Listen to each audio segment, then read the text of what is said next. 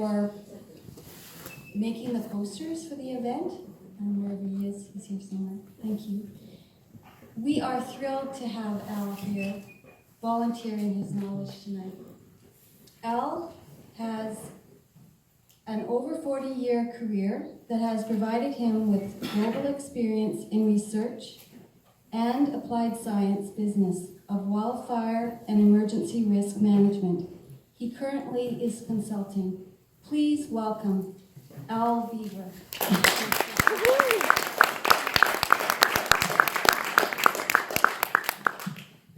Thank you all for coming out on what's not so great of a Friday evening. It's great.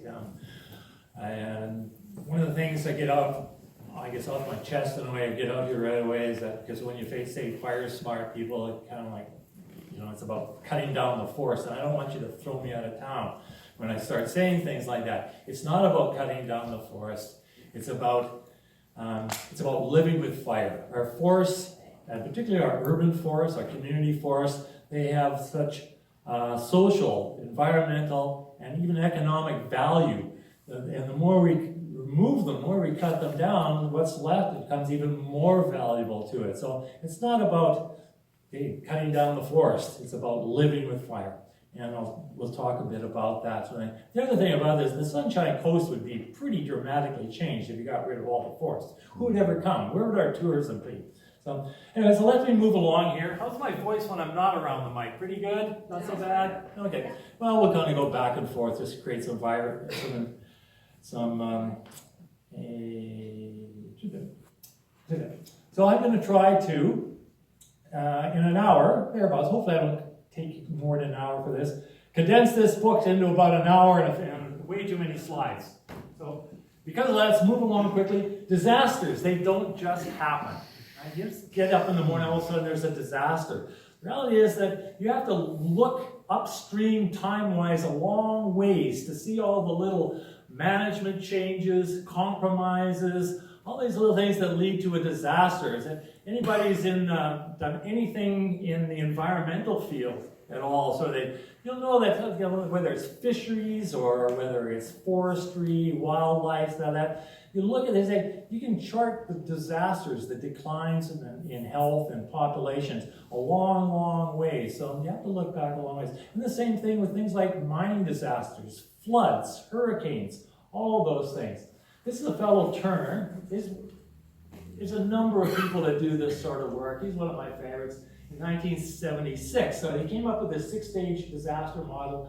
I'm just going to follow up on this incubation stage. So this is where the development of disasters come. This is fundamental to them. The hazards, the risks, they accumulate unnoticed by most people, sort of thing. And they don't need to be big. As a matter of fact, small compromises that accumulate are more insidious than the big ones because they accumulate somewhat unnoticed and over time. If you watch from a forestry, now if you've been around as long as I have, you can watch a clear-cut area slowly grow. All of a sudden it turns into a forest, but it happens very, very slowly. So all these little things, all these little compromises, they all accumulate, and they can take decades for this to fully develop. There's a really good, he did his work, his research in mining disasters, and really great study. Other people have applied it to floods, wildfire, hurricanes, all this. It works pretty well, all in all. So it's global enough for you, so we're going to start it. Earth, it's a fire planet. This fellow, Steve Pine, is a renowned fire historian, so that most of the vegetated ecosystems on Earth have some relationship with fire. So quick lesson. Now this one here, this is that combustion triangle. You learned about this in grade school, right? They lit a candle, put a jar over top of it, it ran out of oxygen and it extinguished. So that's what that is. This is what they call a fire behavior triangle. We really like this in our business. We love our geometric shapes. So what causes a fuel or the fire to burn in terms of its rate of spread and its intensity, its ability to produce embers, shows that. So this is the fire behavior triangle. And it's fuel, weather, and topography. The weather, whether it's climate, the weather we're seeing, fire weather, hot, dry, windy, the topography, the shape of the lands. Fires will burn more rapidly upslope. They will funnel down valleys. Let's say, and the fuel. What type of fuel? Because it's not all the same. But the type of fuel plays a big role in it. What I'd like to bring your attention to on this is that these fuel, it serves the basis for these two triangles. And if you look at it from a manager's point of view, it's the only element in either of these that a manager has some control over. They have some. You're not going to control the weather, you're not going to control the topography, but you have some control over fuel. Don't worry about the very ugly equations in here. That's not you're getting a real hybrid of about 4 or 5 different presentations here. So what we have here is a process, living with fire. So that what we get from that miracle of photosynthesis, so that you get nutrients, moisture, oxygen, and the energy from the sun is stored chemically in the biomass, in the vegetation that grows. So that's basically through photosynthesis, chlorophyll, all those wonders. Combustion is simply the reversal of that. You add heat, combustion, and it gives off now. It reverses that cycle. It's giving off carbon, I say. So then consuming oxygen, giving off carbon. And the heat that you feel, the warmth that you feel, the flame, the light that you see is really the solar energy. It's just reversing it now. That was stored at one time chemically in the fuel. Quickly, one of these controls. So what are controls? If you're required to make a decision on a course of action in an environment of uncertainty, you are a risk manager. Pretty much everybody in this room makes decisions in an environment of uncertainty. You are all risk managers in some sense. Controls, or you might hear them called risk controls. They are the means by which risk managers seek to modify risks. In the fire business, managing fuel is a control. Fire suppression is a risk control. All those are different controls for trying to manage the risk. Control owners are then those organizations or persons who are authorized and accountable for ensuring the controls remain in place, they're adequate, and they're effective. So let's say, just as we are all risk managers, we are all in some ways control owners, because if you own a property, so then assuming we own property, a risk control is cleaning out your eavesdrops, mowing your lawn, making sure you don't have flammable vegetation in and around your property. Those are risk controls for wildland fire. And so you would be a control owner. I am a control owner. The cost and effectiveness controls is a fundamental feature. Essentially, if you've got a $20,000 property and the risk control is going to be $100,000, it probably doesn't make a lot of sense. So you have to balance that out. So it's like having you have a $500 vehicle and it needs a $10,000 repair job, you're probably just going to get rid of the vehicle. Okay. When we talk about this idea of the new normal, so I got my friend Kendrick Brown is a climate scientist out of the Pacific Forest Research Center in Victoria. He says, it's not new. He goes on and says, climate 1900s, 1910s, fire prevention campaigns put a stop to all this. There's no longer any more First Nation burning. Right? And this has been known for a long time. It's not like it's something new, but you do hear, if you follow this sort of research, you hear today about, we don't have the fires of the past, and we got to get back into more fire in the landscape. So this fellow here, Kitts, he recognized this a long time ago that maintained that private landowners and the Forest Service could do well to learn a lot from the history of the First Nation land use. I was really lucky in my career right from the very beginning of it all the way through. I got to deal with or work with, associate with a lot of First Nation elders, and they could teach all of us something about land ethic in terms of that. It's a paraphrasing. 4 or 5 different elders that I work with in northern Saskatchewan, the Yukon, Alaska, and all of them said the very similar things. The land has always provided for us. It provides shelter, food, clothing, everything that we need in life. It comes on land. We must respect the land for that. And boy, it takes it takes European forestry to kind of blow some of that away. Land management changes. Things change over time. Just from social economics. There's grazing. This is really prevalent in places like Europe where they've gone from grazing and all of a sudden it's no longer viable. And so that impact, that disturbance on the landscape, now it goes back. The land, the nature recovers that into more of a forest type, more flammable landscape. There's certainly in Portugal and in Argentina, one time pine plantations, this is what we need, pine plantations. Well, they were no longer economically viable, so they just got abandoned. Because they weren't being managed anymore, they just got more and more flammable. Now they have this huge problem on the landscape. So those sort of things. The introduction of hazardous non-indigenous species. So this is gorse. This is one of the worst fuels you could ever find. It burns. Fire won't kill it. Fire helps it spread. It's a weed. It is very aggressive in terms of pushing out the indigenous species, the native species. And it's almost impossible to fight fire in it. It has these barbs on it like that. And they'll absolutely shred your protective clothing. And so Galway, did I say that correctly? No. I didn't. Galway. Galway. Okay. My wife has a whole lineage that comes from this area, so I'm not done with my punishment yet. So, anyways, I'm not going to try that one again. So this is the west coast. If you can get the west coast of Ireland to burn, you're doing a pretty good job. So that's pretty flammable fuel. And that's what's that's like. And we have some of it here.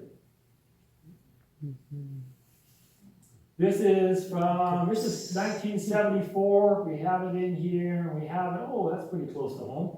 I haven't seen it. Has anybody seen any of that around? I haven't Yes. seen it on the coast. Is that from the Snicket Park? It's gorse. It's in It Snicket will- Park. It will have a scientific name, but I don't know. Gorse is its common name. Yeah, It's similar to our Scotch broom, I think. Scotch Yours broom. doesn't have thorns. Oh, okay. Scotch broom. Yeah. Yeah. So it exists, and it's spreading. It's very invasive, and it's just nasty stuff. So we have that. Now, what happens if you get a mixture of that? Now, it likes open areas. Sunny open areas, highway corridors, clearings, that sort of thing. You like it, so it's very, it really likes a lot of sunshine. Okay. And then we have insects and disease. This is the mountain pine beetle, and one of the things when it first, the one that it was never going to get across the Rockies into Alberta, where it is now. Never going to happen, right? So, anyways, it's there. And one of the things when this first came out was that everyone said, oh, it's climate change. Well, I'm pretty sure climate change may have had something to do with it. What you find, and everything I've found, is that everything is a system. So it's a little bit older, okay? You haven't had the same amount of fire on the landscape. You have an older forest landscape now. It's not, species of trees, forests are not greatly dissimilar to people. The older they get, their immunities break down. Their ability to fight off diseases and insects and that, it breaks down that. And then you throw some climate change into that, and you create a different sort of environment and things like that. So they can come over that. Now, it's probably, why do you put them in there? Well, it's probably good access, and it's probably easy maintenance and things like that. So these are all decisions that we make. But so we deal with things without necessarily looking what are some of the risks that go along with that sort of thing. So this is in California, and you see a lot of this. People trying to evacuate. A lot of deaths on the roads from evacuations. People getting caught in fire. Trees or power lines that they're going over, blocking the route, or just accidents. They're in a panic. They just kind of crash into it, and this happens globally, absolutely everywhere. You have fires that. This is the Pedro Grande fire. do not try and drive through one of that sort of thing. Because right up next to the road, you have vegetation, so you get that radiant heat.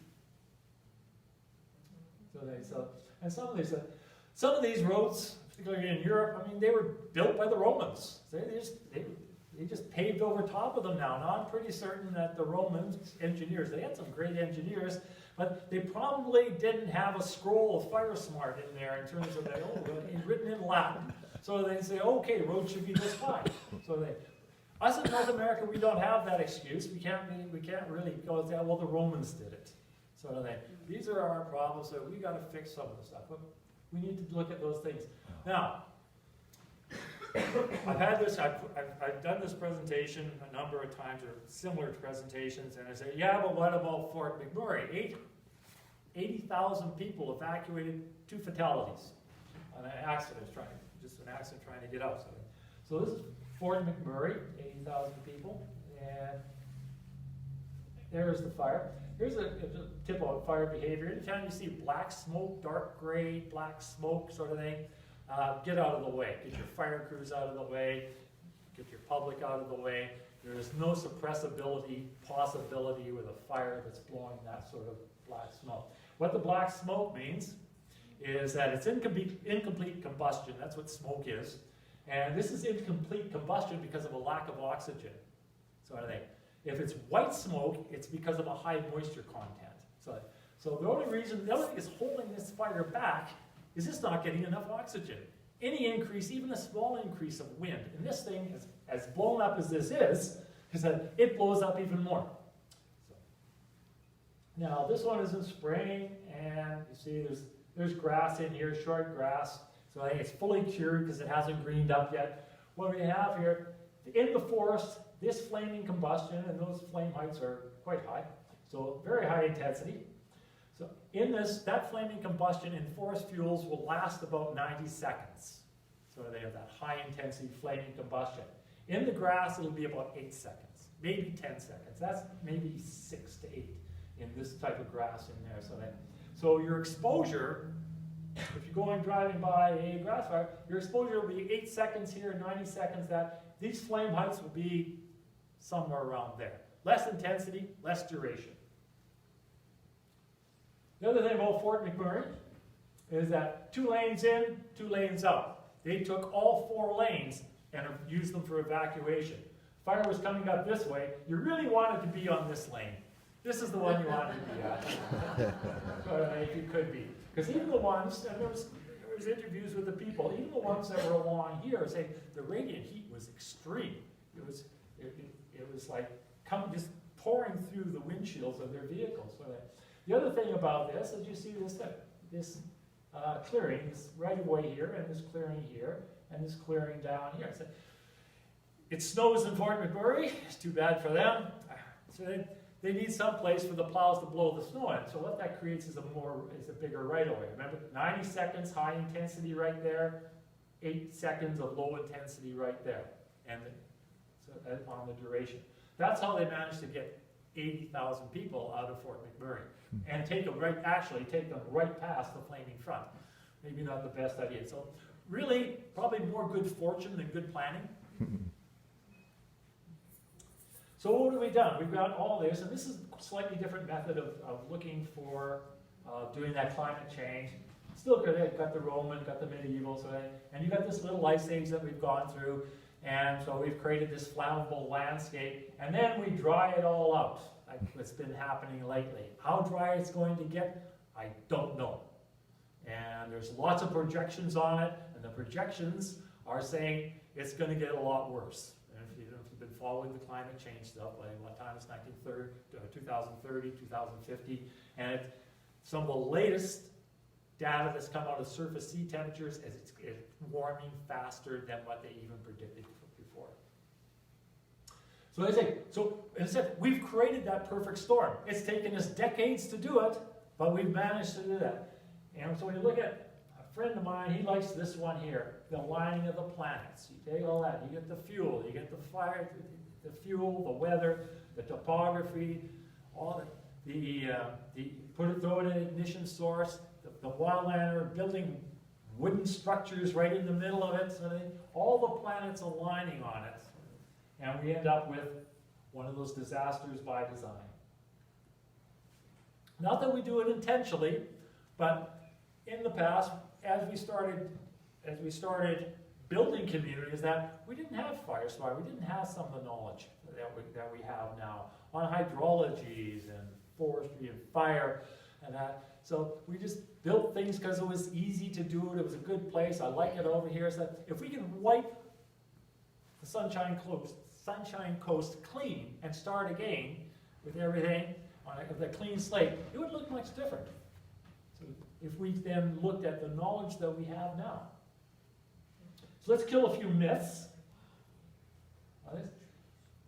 Don't worry about these numbers here. There's that black smoke, dark gray smoke. And in this area down here, this is where fire suppression capability lies. Right down in here, sort of thing, sort of aircraft and that. When I started my career, it was probably down there, probably at a number here of about 2,000. This is an energy release. Since that time, in 40 years, it's about doubled. So if it was to double again, which is highly unlikely, it would be all the way up to here. Okay. But the forest would still be burning over here. Fort McMurray would have been, what's that, 68? Fort McMurray fire would have been up in this area here. Some of the fires we had that's over in 2017 in BC, 2017, 2018, they'd have been up in this area here. I'm going to talk later about this, the 1906 fire. By all accounts, it would have probably been up in this area, up in here. So fire suppression is not going to be a solution to that. Any idea what this fellow's doing? Hopefully he's taking pictures because he's not really doing anything to the fire, but spending a lot of money. This particular aircraft, probably about 8,000 an hour, maybe more. Basing fee alone would probably be 15, maybe 20,000, just to have it sit there. Some of the really big aircraft, the big air tankers, they're tanked up a 747 now. That one's probably about 20,000 an hour just to operate. I think somewhere around 40 to 50,000 a day just to have it sit on the base. And in that case, he's not doing anything on that. There is absolutely no logic in increasing fire suppression. It defies logic that to solve a fuel problem that is in some ways created by fire suppression. So adding more is not going to solve that. We need to start looking at fuel. And this is Idaho. Oops, sorry about that, wrong one. Wrong way. This is from Idaho. I can't remember the actual dates. This is like 1910 or something. This is 1980 something or other. And a lot of fire being put through that environment. No fire suppression, fire exclusion policies of the government, and that's what you end up with. Okay, the other go. Logging the forest will solve the problem. Okay. What do we see here? Now these are pretty small trees. We get a lot bigger trees, of course, but I couldn't actually come up with one in a hurry when I was putting it together. What gets left behind is everything the logging wants. It's the stems. Okay. Nature has taken everything that nature wants out of it in terms of the fire. Logging then leaves behind all the things that nature would take from the fire. So logging it isn't going to do it. That's not to say that logging couldn't play a role in it. This is a project that a friend of mine, a fellow I partner with, we put together. This is for the Yuga. This is a community called Carmax, just north of Whitehorse. This is a whole lot of fire modeling, fire growth modeling, computer modeling. This is, each one of these little dots here is an ignition point, and we put ignition points all over this landscape. And then we, exactly the same ignition patterns, ran a whole bunch of fires over and over and over and over again. And these are the ones that hit, the ignition points that hit this particular community boundary of Carmax. Now what we did on this one, we used baseline. Essentially baseline weather, we used historic weather. So this is weather, and pretty significant historic weather that would make the fire would spread. And this is the sort of thing. In the fire business, we do it. Red is bad, orange is not quite so bad, yellow is a little bit better, sort of thing. And you got a big problem right in here. Well, you could possibly log for that. Problem being with that is that this is specific logging. So this is logging specifically to reduce the flammability. It has a flammability management objective to it. The best timber might be over here. Sort of thing. It's not about timber values, and it's not about making money. So it's like, oh, well, we could probably go log over there. Well, that's not going to do you any good whatsoever. What you want to do is be breaking up the mosaic in there. So your logging would then have to also come with broadcast burning to get rid of that slash field. This is with a climate change. With a model. This is a Hadley model. And you can see climate change has created a whole lot bigger area that's going to need management. Now, I was hoping to have something like this done for this presentation time, but my friend Brad, who does this modeling, so I just kind of ran it. Probably another week or two, and we could probably get some of this done. I don't know whether the climate change stuff will be done. It takes about a week for him to do one model run. All right. So, questions on any of this? Quick, everyone's kind of still with me? Kind of thinking, well, how we got to where we are, what we can do about it. So, no questions at this point? Yes. Okay. I have a question. You said that if we were building the Sunshine Coast from scratch with what we know now, it would be different. But you didn't say how it would be different. How it would be different? Well, I think it would be one of the things around our drainages, our creeks. There wouldn't be any building up to the creeks in that repairing. There'd probably be about a 150-foot buffer around them. And then you'd have more ring roads up against that forest edge. I'm going to actually go into some of this a little bit later, so maybe we should get into that because it works better with pictures. Sure. Some of that, but if I skip over it, shout out. Okay, so what's the question was, are you going to get to the coast, right? So I got that. Okay, the 2015 Old Seashell Mine Fire, there was one fatality related to that one. And this is an evening. This was taken in the evening, and this is still pretty significant. You've got some black, some darker smoke, some of this gray. This is a lot of just some of the reflections of just the way the sunshine's coming through that. This is actually laying pretty low. There's a pretty decent wind coming across on this one. If you notice some of these clouds up here, they're very strung out. There's they call them a cirrus cloud.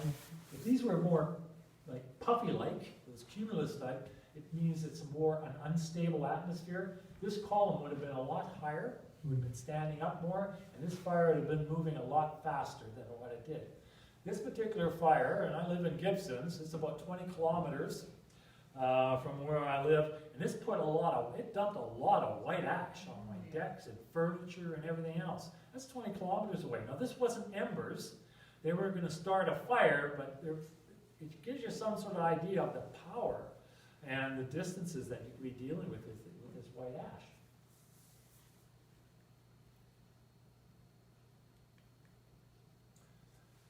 So some of the history. So 1906, and there's been other ones. I just haven't been able to capture it yet. It's been pretty fast and furious trying to put this together. Haven't been able to capture all the fire history.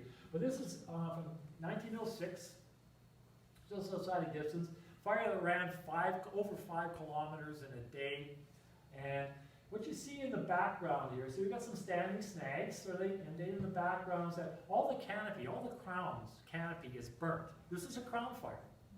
This is not a little surface fire to your out. This is a high-intensity crown fire. This from that. If you see these markings, we call this alligatoring.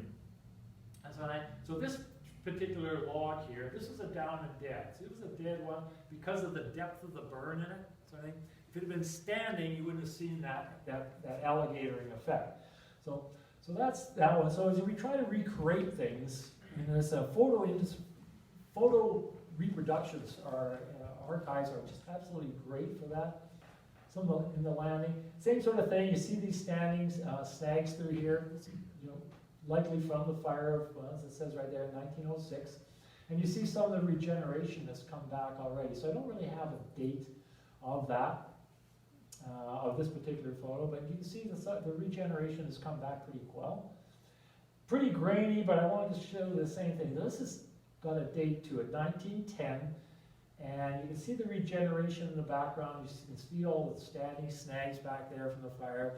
There's no canopy left in them whatsoever, so that whole thing went through. It took all the canopies out, the crown fire and everything that went with that. But you also see this regeneration, likely dug fir, pretty hard to tell from the photo, but what it does show is really good natural regeneration. So this forest has some attributes. It has some attributes for fire and fire adaptions to it. So, because I'm pretty certain there wasn't any tree planting or aerial seeding back then. So it's come back very well on that. This one, no date on this one, but same sort of thing. I take it this is the bluff. And same sort of thing. So that fire, or a fire, covered a lot of area. Whether it was the 1906 or whether it was another one or not, I can't say for sure. Covered a lot of area, and it covered it as a crown fire. Another one, I'm taking this as, thinking this is Upper Gibsons. There's some agriculture here. Don't know exactly what it is. When I look at this, and it's pretty grainy, but this shows, I've seen a lot of photos, and this looks like a burned out area. I'm taking it, thinking this is kind of Mount Elphinstone area. And this is in the Ingalls Forest. Is that what we call it? I mean, I've heard it called so many things. Whatever the Sharn Creek Forest, the Ingalls Forest, I think. This fire scar here, this goes about 15 to 15, almost 20 feet up into the air. So what this does, the fire came from this direction. Because the way fire burns, it gets those hot gases, they burn around here, the flames wrap around because of a low pressure system here. This one survived the fire. Whichever one it was, it survived it, but it put a mark, it put a scar on this side of the tree. Not enough to kill it.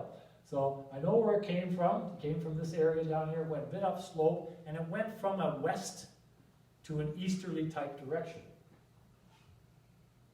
This is some more. This is the Ingalls Forest again. This is what they call that alligatoring. This fire, or this tree, this branch would have been dead before the fire hit it.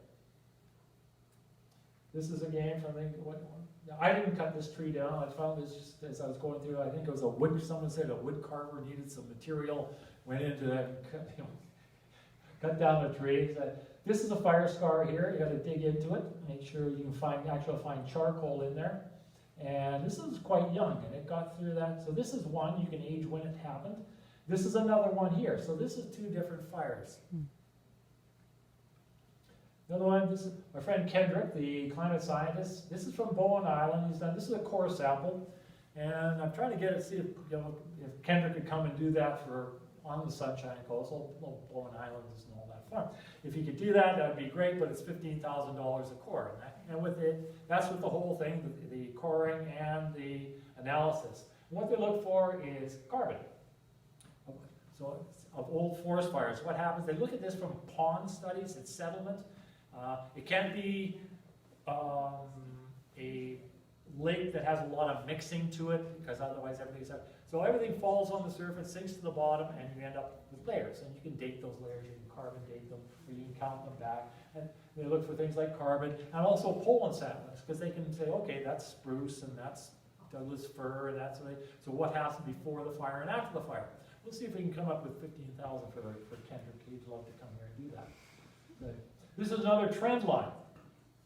Now this comes from, this is a what they call a seasonal severity. It comes from weather records from weather stations. This is on the Coastal Fire Center, of which we are a part of, takes a bunch of their weather records, and it's based on this Canadian Forest Fire Danger Rating System. And the important thing is not so the numbers on it, but it's the trend line. The trend line is going, it's getting drier and higher severities as it's going, as we move along. So here's the fire we've got. It supposedly started here, and as best I could do with Google Earth, this is where that starting was. Here's your 5 kilometers into Gibsons, and as a high-intensity crown fire. I'd really like to do, and when Brad, my friend Brad, kind of eases up on some of his work, what we'll do is some fire growth modeling on this, and maybe even hopefully we can throw in some climate change. But poor Brad, he says that he still has to work for a living. So he's got to do the paid work first. Now this is what they call an ISI rose. This is called Initial Spread Index. It's part of that Canadian Forest Fire Danger Rating System. What it does, it makes a combination of fine fuels, the dryness, and a wind speed. So the higher the wind speed, the faster it will spread. And what we're seeing here is on this is a direction on it. Now this is from noon till about 6 p.m. And so this is normally what we refer to as the highest, the peak burning period. And this shows a definite preference for that west to east fire winds. So then this one, as you get past that, so this 6 o'clock till midnight, it shows a slight change coming down. Now that could be what they call a marine effect because of the way the ocean and the land cools faster than the ocean. So that could be something like that. And then, but even this one, even before, from 6 in the morning till noon, has this west to east preference to it. This is another one, no date on this one, but this is taken from Keats Island. So this is showing a bit of gain of that west to easterly type of a run. That's not to say that it couldn't happen from another direction, just don't have any evidence of it.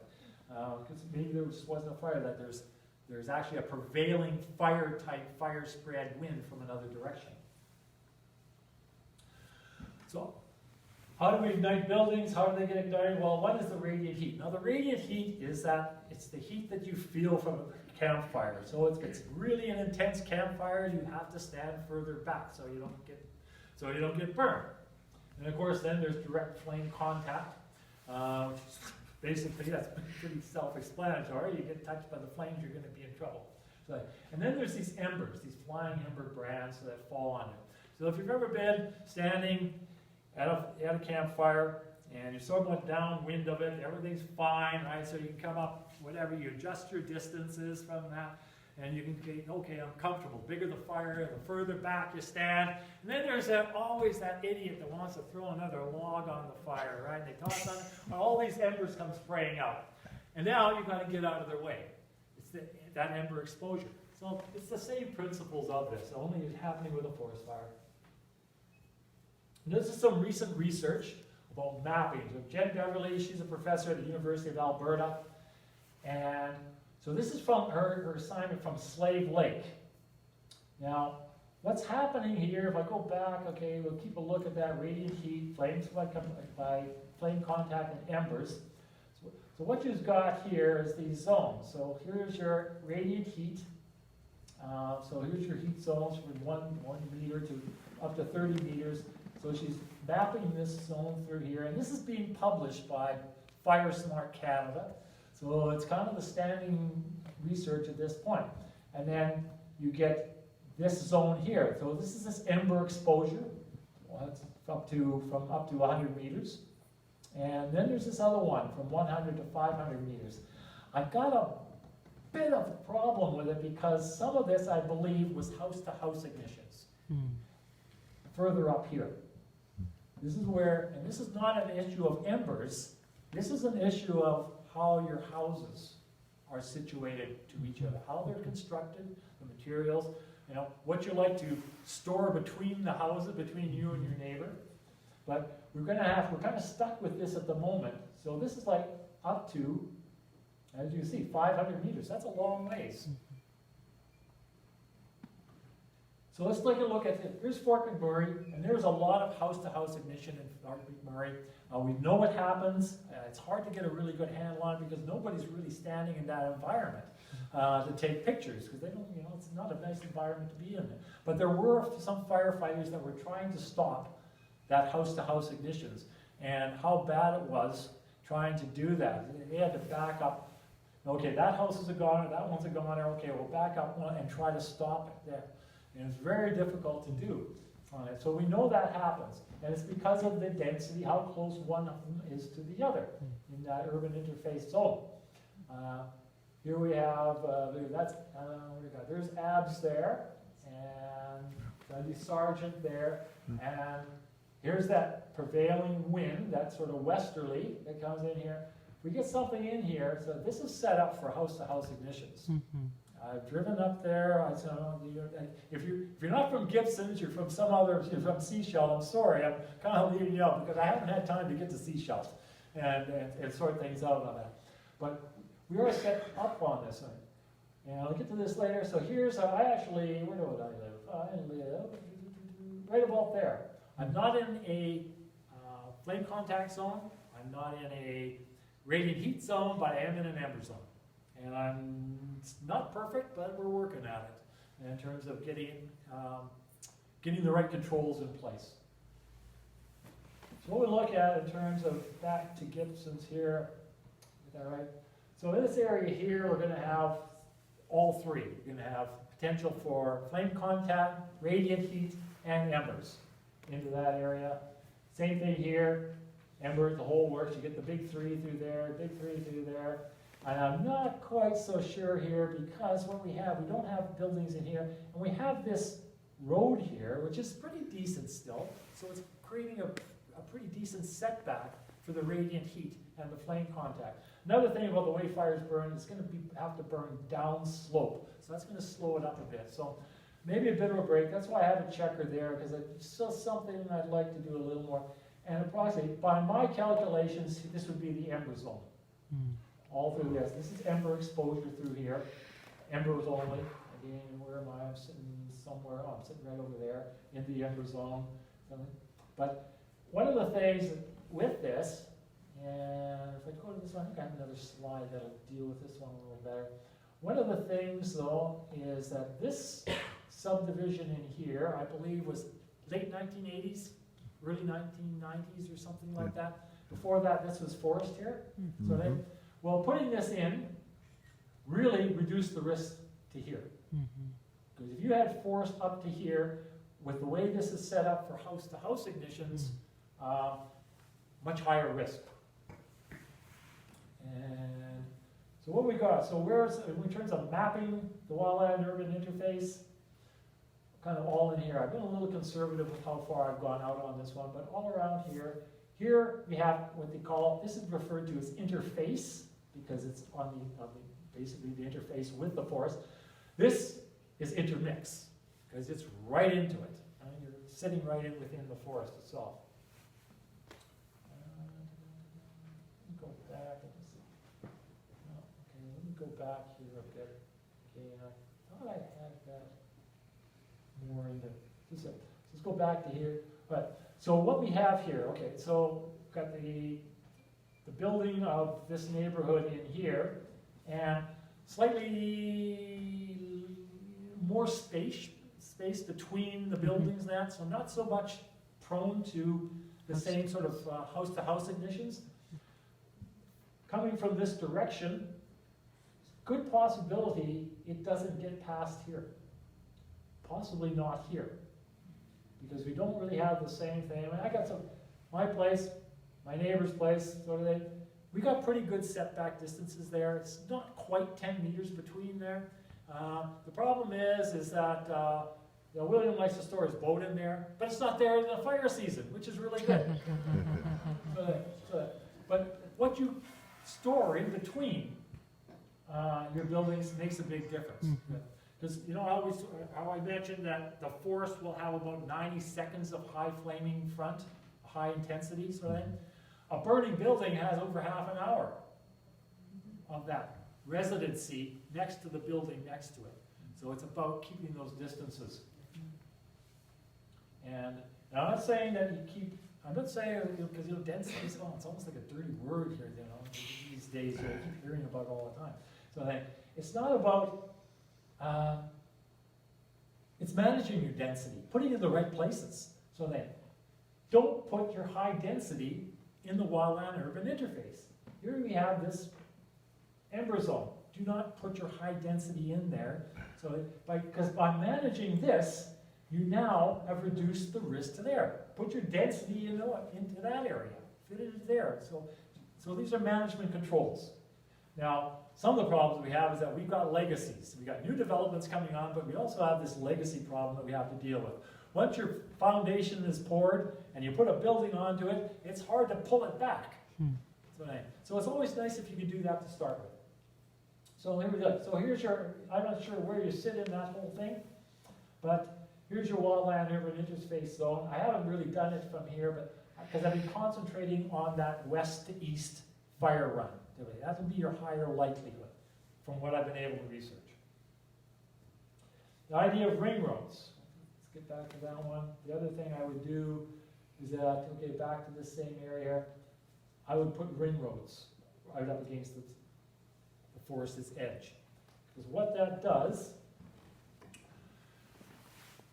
it's permanent. You know, if you got your backyard right up against the forest edge, now, you know, you can manage the fuel, not manage, it's a lot of work. And because, like, as I was saying, what I do with my property also affects the property next to me. And, if you're a young family, you got children, and everything, you have a lot of time for managing all this 10-meter space between you and the forest. So then, by putting a ring road in there, now this isn't a ring road, this is Ingalls, but if this is the forest here, you got 10 meters right there. And then one of the things happening within the town of Gibson is this green infrastructure, trying to get away from these underground, the mechanical type infrastructure. So you put these drainage systems, these drainage ditches along there. Now you've created a bigger relief in terms of that radiant heat zone. So and it's permanent and it's multi-purpose, and so you don't have to worry about what your neighbor doing and everything else. Now you've taken, instead of having it as if the forest is right up there, right into your backyard, now instead of being in a flame contact or a radiant heat zone, all you are is in an ember zone. You have to manage your building for embers. So some simple things like that, but again, you know, you're not going to go tear this up. It's a legacy, and we have to manage around that. So this is from Athens. So this was forested all the way up to here, and you can sort of see what it looked like along there. You know, these cars that caught fire.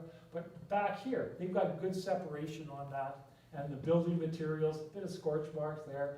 And you got to know that these cars, they were burning a lot longer than 90 seconds, and pretty intense as well. But the setback was, but they weren't putting out a lot of embers. Right. So let's kind of recreate the 1906 today. So we started over here at this Leak Road. So the first hour comes up to here, thereabouts. So I've done a reconstruction of the fire prediction system. Maybe a little less, maybe a little more. But within that first hour, if this is the right ignition point from that particular time, if I manage to get that right, within an hour, that road's cut off and that road's cut off. So nobody comes this way, nobody goes that way. So it goes that way, that way. And then you slowly close this over as you keep moving forward. Access routes, access egress routes start to get shut down. I keep moving forward. Now, I was asked once upon, where was it now? Here's I think there's a road, where's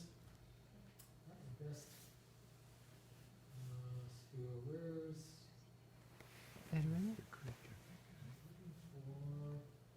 Is this Pratt Road down here somewhere, right down Yep. here? That's Pratt there, yeah. That one there, okay. Veteran. That one there, and then, is there another road supposed to Veteran. be going here? Veteran. Sort of that's veterans or something? Anyways, let's look at this.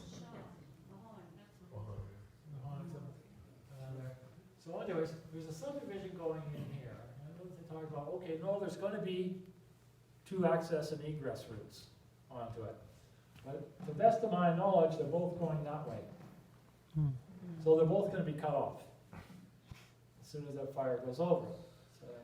So what I had suggested or wrote about, and so that is that you need one that's gonna come down this way. I mean, and this also has a pinch point where whether you're going up this way or, you know, I'm sorry, I'm not that familiar. So whether you're coming up this way or you're going out that way and up or straight up that way, so there's a bottleneck point right in there. Anytime you have bottlenecks in emergency situations, you run into trouble because there will be an accident because I want to get out before you. And even the time of year it is, and then you've got tourists, the tourist season as well. You have people coming from who knows where that have no idea how to live with fire. And they don't necessarily know their way around. I get lost still, I go, take the Harley down here for a nice spin every now and then, and amazing where I end up. So those are the types of things that happen with that. And then you throw this into it. So in your evacuations, you have smoke. God forbid you actually have flame up to and falling trees and hydroplanes. And so I said, this is in British Columbia somewhere. I got this off the Global News sort of thing. And I've seen it much worse. I've driven through much worse than in working in the business myself than that. But you throw some panic into that, you throw some some visibilities and such, and things can get nasty in a hurry. Here's Castlegar. Some of the things we need to look at. So this is Castlegar from 2018, and there's a lot of smoke in there. We had a lot of smoke where we are, and the fires were like 200 kilometers away. And it got smoked out pretty good. If there's people with breathing problems or that sort of thing, day after day, it starts to accumulate on you.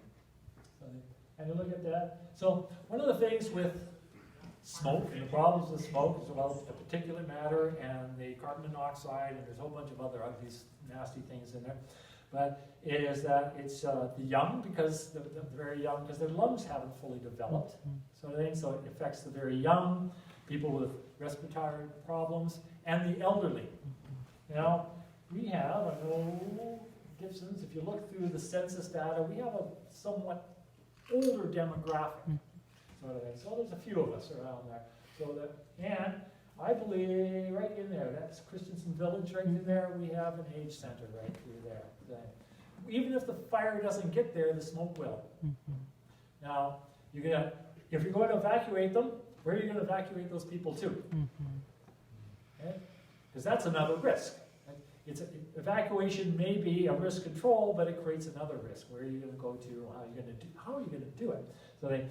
Or is there a safe room there where there's good air conditioning, where they can stay there and they can be safe there? Which means then you're going to be sheltering right in there in a safe area. Which means you really want to do a good job in and around there to make it safer. So those are just some. There's a whole bunch of these things when you start getting into the emergency management side of things. And those are just a few. And then what about livestock and pets? What do you do with them? Where do they go? No. Questions on that one as we got up to this point? This is the light at the end of the tunnel here. I'm going to get to some. I'm going to get to a conclusion here eventually. Yes? In where I live, my neighbor on one side has some very old buildings, like very old, hand-split wood, and it touches our cedar fence. And then the cedar fence goes all the way to our house. And also we have a big forest in the back. So if any of those buildings combusted, say there were flammable inside, they could go up, catch the fence, go to the house, or go to the forest, or... Yeah. So do fences often act like a They can, yeah. conduit Yeah, to...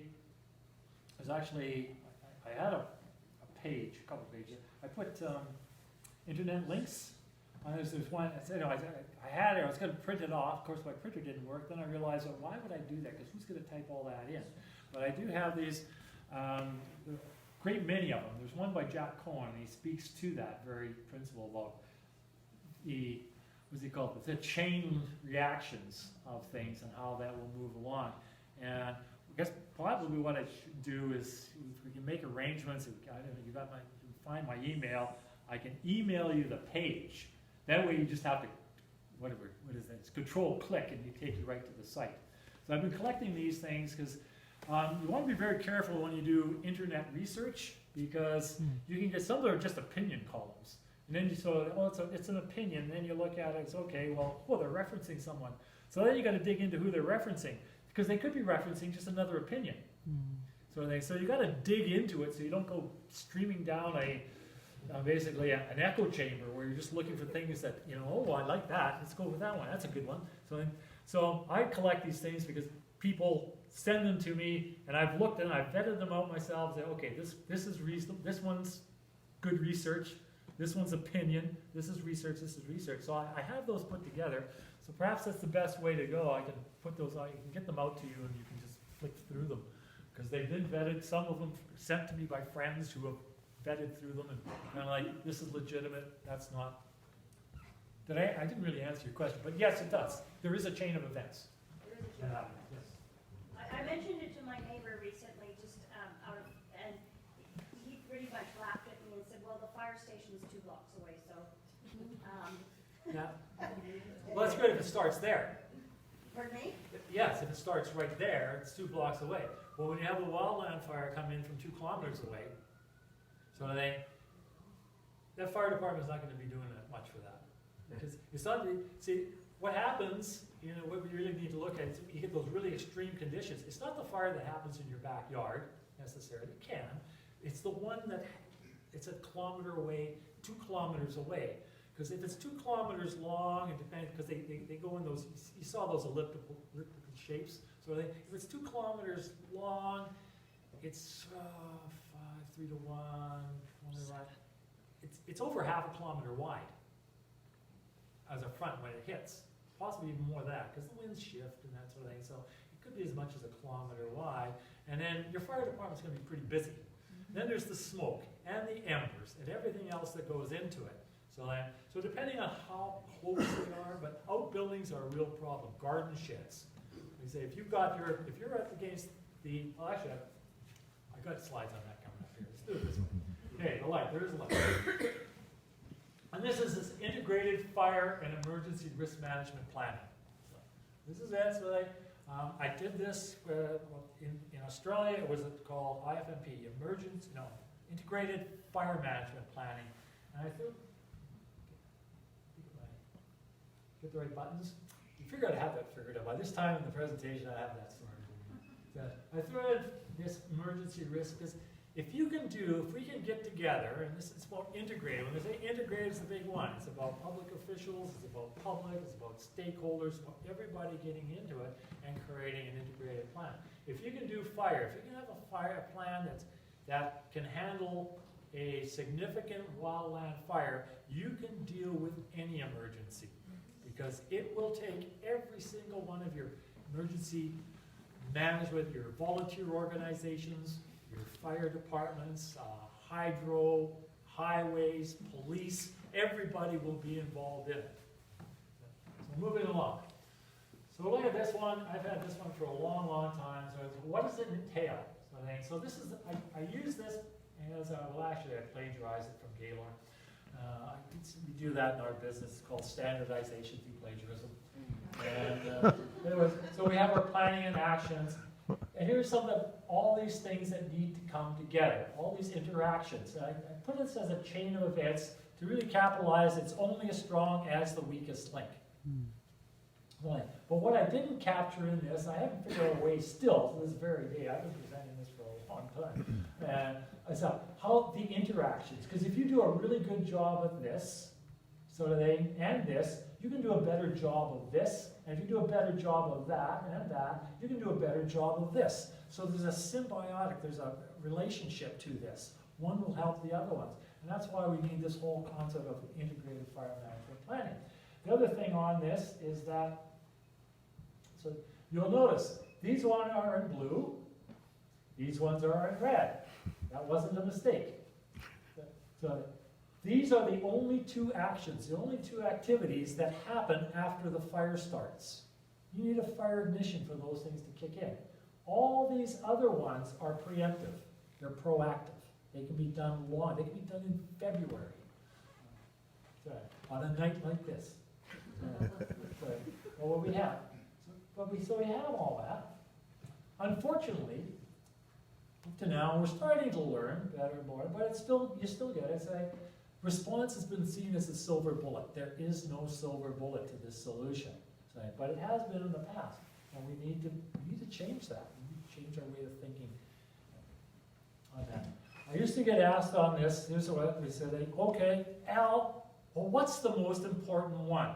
And my response is always, well, it's like asking, what's the most important leg on a 3-legged stool?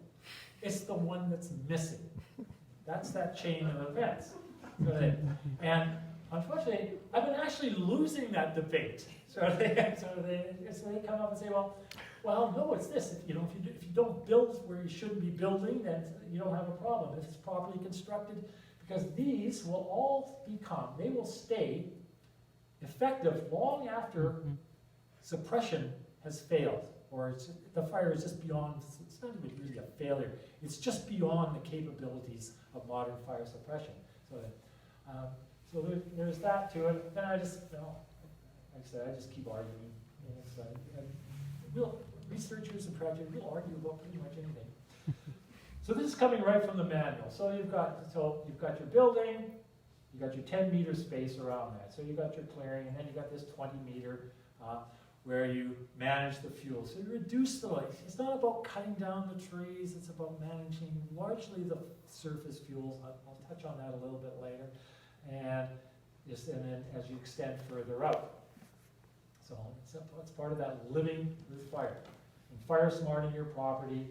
As you look at that, so when you have your 10-meter space, so don't put your garden shed right up next to your building. Don't put your firewood right up next to your building. All these flammables, you put those back there. So if they do catch on fire, you're not getting hit with that radiant heat. So I'll keep moving on there, because this isn't a fire smart presentation. I'm just going to touch on a few. There's a lot more to it. Because I'm trying to get to a point. And how do you select it? How do you put it on slopes? How do you build with slopes? So if you're going on a slope here, now what happens with fire, if you get, in terms of flat ground, if you get a 20% increase in slope, school road, I believe, is 21%. So a 20% increase in slope will double the rate of spread of a fire. So if it's on flat ground, goes to there, it doubles the rate of spread of the fire. So if it doubles the rate of spread of the fire, it doubles the fuel consumption, and it doubles the fire intensity. So instead of building closer, you need to go further back if you're on the slope, because you have greater fire intensity, greater radiant heat. You don't build it closer, you build it further back. Mulch. This is one of the worst things. This is as bad as not cleaning the needles and everything out of your eaves trough and having a cedar shake roof. So what happens? You get drought conditions. Drought conditions, so it dries, it's weeks. It's drying out for weeks and weeks and weeks. And this is just fuel. This is all dead fuel. And then you got, who knows what you get captured, how flammable these might be. Don't really know on it. But then you get the embers. So you might not be in a radiant heat zone, but you get the embers that fall in here. And the bigger this zone is, like a big bullseye, the bigger it is, easier it is for the embers to hit. So you get this right up, and it's right up next to your footings, right up next to your building. Embers fall in here, this ignites. This is kind of like you get your tinder and your kindling, and gets right up against your building, which would be your bigger logs, the split logs, and it settles in there. So if nobody around, and if you can't get in, if your fire department can't get in there and extinguish this, so that's what sets your house on fire. And that could then your house could set your neighbors on fire and that sort of thing. Get rid of this. If you got it, get rid of it, put gravel down. Or something along those lines. So it might be not so nice. Or you say, oh, well, we got to have our plants there. It's dry. We got to keep the moisture in everything. It's high risk. One of the worst things you do. And there's a really great video on some of this and watching houses go up in smoke based on that. So now this one here, we talk about this crown spacing, so you don't get this crown fires easy traveling from treetop to crown to crown to crown to crown. Very few, absolutely what they call as a independent crown fire. Most crown fires, pretty much all of them, are supported by a surface fire.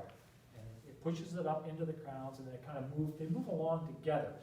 Very seldom, I mean, I've seen them, it takes an incredible wind to get it up in there, and the wind's blowing, but they'll only go 50 meters like that, and then they drop down because they're not supported down underneath. But we have this, and when this manual was being put together, I was one of the technical advisors to it. I didn't win that argument, is that you can't just broad brush this stuff. You have to know your forest ecosystem better than that. So we have this. Well, what that requires, so they want this to be opened up so the crowns don't touch anything. That requires tree removal. And I don't believe in that. I don't want to get rid of any more trees that are necessary because they're just too valuable in terms of, again, their social, environmental, and economic role that they play. Because other things then do happen. Now, there's been some science around this one, and this is a couple of friends of mine. One is retired from the Canadian Forest Service, Marty Alexander, Miguel Cruz, two of the best fire researchers, particularly on crown fire initiation and crown fire spread there is. They have come up with science to now say, well, wait a moment, slow down on that thinning of that, because that might create, you think you're reducing a risk, but you might be introducing another one. If you really like ugly mathematical equations, this will make you deliriously happy. So we'll do that. Because one of the things that happens with this, when you open up that canopy, you open up more sunlight. And you get through that. You have more growth. So particularly, and then if it's gorse, which really likes sunlight, now you have this really terrible, terrible surface fuel that just gives you more energy to push it up into the crowns. The other thing, so you have more sunlight, you have more wind, because now you can get more wind into those surface fuels, and more temperature, it'll be warmer. So you have all these sort of things that come together. There's really good science around not doing that, but really taking care of those surface fuels. Because it's those surface fuels that create the intensity, and then limbing those trees as high as you can possibly limb them, so what they call ladder fuels, and so keeping it cooler and moister because of that. So there's some scientific evidence that now we just got to get that into the system so that we can promote that more. And this one, so depending on what your house looks like. So this one, not bad. Don't look at this photo, look at Arthur's photo from Alberta, I'm pretty sure. So there's pretty good setbacks there. You've got buildings, but they're set back there. But even this isn't perfect. You've got open decks here where now leaf litter blows in underneath. Well, your embers are going to do the same thing. You know, you've got some points, some little nooks and crannies in your property where the leaves always accumulate just because of the way wind blows in. Well, that wind and everything, those little back eddies, they're going to take the embers in there as well. And if they get underneath the deck, then you're in bigger problem, particularly if you can't get under the deck, or you like to store things under the deck. So there's those problems to it. Or you can have this one. This one's not surviving anything. Yeah, I'm not sure. It could be just the graininess of the photo, whether that's a cedar shake roof or not. I don't really know. Although, as I see it, it doesn't have any eaves troughs for needles to hang in, but a small consolation if that's your single risk control you're putting in place, tearing the eaves troughs off. You're not going to go very far with it. So, integrated fire management planning, engagement. This is actually from Barcelona. This is the University of Barcelona. They have, in terms of their urban planning program, are introducing that at the planning level. So these are our graduates. They got this, and look, it's so intense. It's all being done. They were doing their displays there, and it's all in Spanish, of course. I'm kind of like, what they're talking about? But it's great. It's really good what they're doing. They're laying out for new development. So get it right to start with. So how to live with fire, how to lay out your subdivisions, your layouts, your designs, and so good access and egress, not just for being protection from the fires coming in, wildland fires, but also laying it out so that you can use fire in there. They very much have a fire environment. They need to keep fire into it. How do you then put fire into it successfully and safely? So absolutely terrific. They're the only ones I know of. I haven't investigated it really thoroughly, but it's a really good program. I got to look at their curriculum for it. It was great. Yeah. This is my friend George Dwyer. This from Victoria in Australia. He's an engagement officer. This is what he does. He just goes around and, interesting enough, he worked for the Department of Sustainability and Environment, same department I worked when I was down there. But it's not that he doesn't set up the workshops and do all this stuff. He's there as an advisor to the local council. The local council, they call them shires in Victoria, Australia, same thing, so that they've been enabled to take on this responsibility, but they've also been given they've been given them the authority and the finances and everything to go through them. Because if it doesn't get done at the local level, it's not going to get done. If you're not involving the people, it's not going to get done. I mean, there's lots of what they call community wildfire protection plans. Consultant comes in, they look around, I can talk to a few people, maybe go see, have coffee with the fire department. Here's your 130-page report, where's my $30,000? And it goes and collects dust on a shelf because it didn't talk to the people, didn't engage the people it needed to do. Engage with. Oh, what happened there? Your Okay, print, well, I can your go printer. through that one. Your printer. Kidding. Okay, basically, well, there's always got to be one slide that does that to you, doesn't it? Essentially, what it comes to is that, our council and our organization said that it can't be all things to all people at all times. Volunteerism is really the backbone of small communities. We need to really get involved with them. Because hey, what I do with my property will affect yours and down there. What we do in Area E will affect Gibson's. What Gibson's does will affect Area E. All these things need to come together because fire doesn't respect administrative boundaries, policies, legislation. Nature makes its own rules. Living with fire, we need to live and we need to figure out how to work within those rules. Not something that we create. So the other reason to get involved in this is that wildland fire risk, emergency risk, it'll never be zero. So that there will, which means there will always be a residual risk. So that's your risk. It's our risk. My risk, everything. You are at risk. So don't let someone else decide your risk tolerance. It's your risk tolerance. You need to be involved. You need to get involved with that. So make that well understood. Is that no, particularly if you've got somebody making the rules who's got a really, really high risk tolerance level, way beyond you, us. It's got to be fit to the people who are at risk. So one of the things, okay, that has happened here, one of the things in terms of trying to get this together, just before Christmas, I put together a proposal to go to the British Columbia, actually it gets vetted through the British Columbia Wildfire Service for some funding. It hasn't been approved yet, I'm hoping it gets approved, but the funding was for 3 workshops so that we could get started with this integrated fire and emergency management plan. Hopefully it comes through. Do I have questions on it? Yes. For Gibson's or for the coast? Well, I put it together, it was submitted through Gibson's, because they won't let an individual person submit it. So I was asked to do this for the town of Gibson's. I drafted it up. I looked at what we would qualify for, what we needed. What we needed most of all is to get these workshops together, to bring the people together, bring everybody, everyone into the same sandbox. I mean, as I say, it's going to be police that are going to be involved, Hydro is going to be involved, all the different people. Where are you going to send? Where are you going to evacuate? How are you going to do it? Where are you going to send people to? It's a really big issue that needs to go, and it needs to be done with all of us together. It's not, and again, you can't expect your elected officials and your town administration to be able to be all things to all people at all times. It just doesn't work. So Calgary has just advertised, the city of Calgary has just advertised that's one person. How many other foresters, urban forest planners, is that person supervising? This is in Calgary. We probably got more forests that needs managing than Calgary does. But we can't afford that. So we got to deal with what we can. And that's my point on it. So, I don't know. Questions? Want to hear?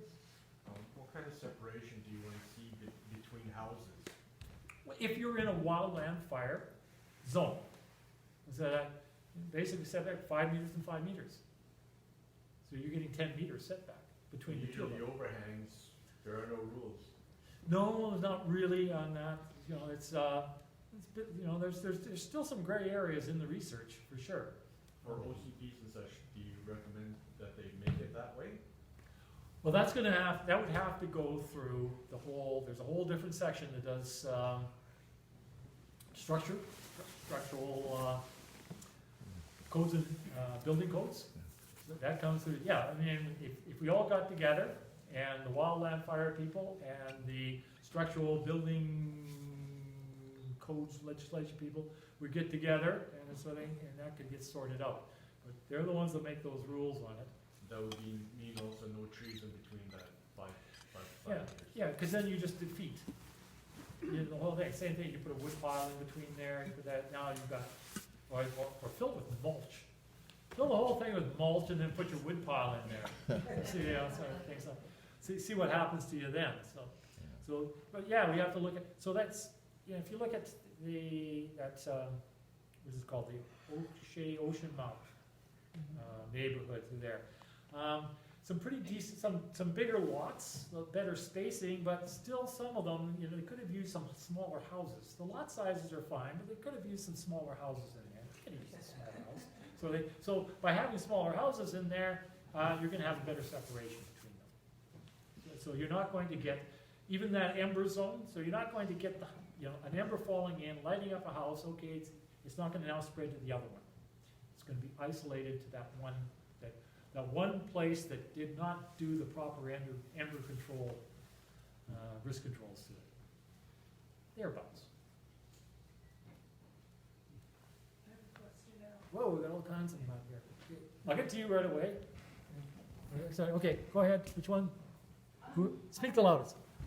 Considering it's gonna take some time for all of this to be implemented, and because the risk is extremely high, like we're coming into another summer here with potential drought situations and whatnot. And I live in Elphinstone on Pratt Road, and I'm just curious, if, until we get some remediation happening here, and something disastrous happens like that Leak Road fire starts coming in our direction from the east, or from the west rather. If we head to the ocean, is that the safest place that we could probably go to? Or, and is that a reasonable place to try to think that might be a way of just even surviving it, even if you lose your house or anything else? Well, yeah, there's certainly those fires in Athens. That's where a lot of people hung out. They went into the water. That's what, that type of thing. In the Ash Wednesday fires of this is in Australia. Was that 1983 in Victoria, Australia? Yeah, it was along the Great Ocean Road. There's a number of fires. Well, the one that came along the Great Ocean Road. Everyone sort of bailed, okay, we're going to go to the ocean. So everyone got into it. But there was also kangaroos and snakes coming out of the boat. Everybody was going to the ocean. We don't have problems with kangaroos and snakes, so you're relatively safe there. They're just bears and cougars. Yeah, they might come down. It's a bit cold. But yeah, you got to find a safe. But what you say, have a plan. You've already started a plan. That's excellent. You're thinking about it already. That's about having a family plan, a